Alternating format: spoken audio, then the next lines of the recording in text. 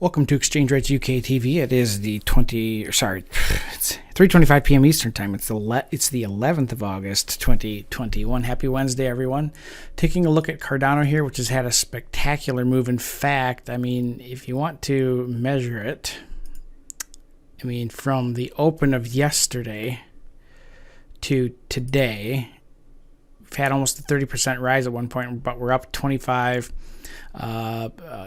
Almost 25.5% so far at the current close. Now, there's a high chance that we get kind of stopped out here at the present level, or could even go a little higher. But I'm going to get rid of that extension level. But this is a harmonic pattern known as a shark. This is a bearish shark pattern, and they're pretty responsive, but only. I mean, they themselves are not powerful enough or strong enough or sufficient enough to determine whether or not something's going to happen. So there's other things that we got to look at. First off, the PRZ, the potential reversal zone, is really between where the top of the market was at today, around 184, and then all the way up to 210 to 202, somewhere around there. So there's little room to move up more, but otherwise we're getting into this. We're already in the zone where this harmonic pattern would suggest that we would start to face a lot of selling pressure. But just because it's at an extreme here doesn't mean that it's going to do anything. I mean, it could just go up. So is there anything else that's kind of at an extreme? Absolutely. The percent B is all the way up in La La Land. When you look at it, it's near some of its historical highs. All right, that's what the percent B is at. The composite index is approaching historical resistance zones. And then when we look at the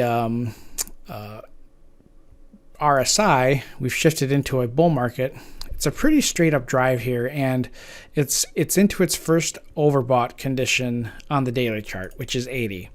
And so when I'm looking at Cardano's chart and I see, all right, it's had a really strong breakout, the RSI is overbought. It could go to 90, but this is the highest the RSI has been since February 27th of 2021. So it's the highest it's been in a while. The composite index, likewise, it's the highest that the composite index has been at since, we have to go back to early February 2021. So it's had a pretty good run here over the last several weeks. But then I also look at the gap that exists between where the close is at and then the Kijun Sen and the close and the Tenkan Sen. Now, the movement that it could go away from the Kijun Sen it still could move higher, but not from the Tenkan Sen.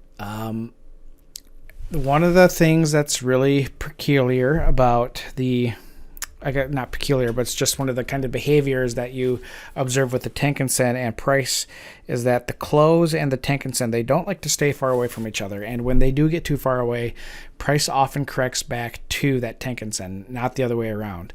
It's not uncommon to see a huge gap between the close and the Kijun Sen. And then what you could have happen is, well, let's say it was trading at 250 and it's, light years away from the Kijun Sen. It could just hang out up here, and then as time goes on, you start to see the Kijun Sen kind of creep back up. That's normal. But what's not normal is to see the Tenkan Sen have to catch up to price. Usually price has to come back down to the Tenkan Sen. Is it far enough away where that's a likely case? It is. It is at a distance where you would see a pretty strong move back down. That doesn't mean it's going to, though. We may see it top out up at that $2.02.50 to $2.10. We may see it move all the way up there first before it starts to face that rejection lower. So that's something to pay attention to here in the near future and watch out for. I think that does it for me. We'll watch out for this. From all of us here at Exchange Rates UK TV, thank you for watching. Please don't forget to like and subscribe.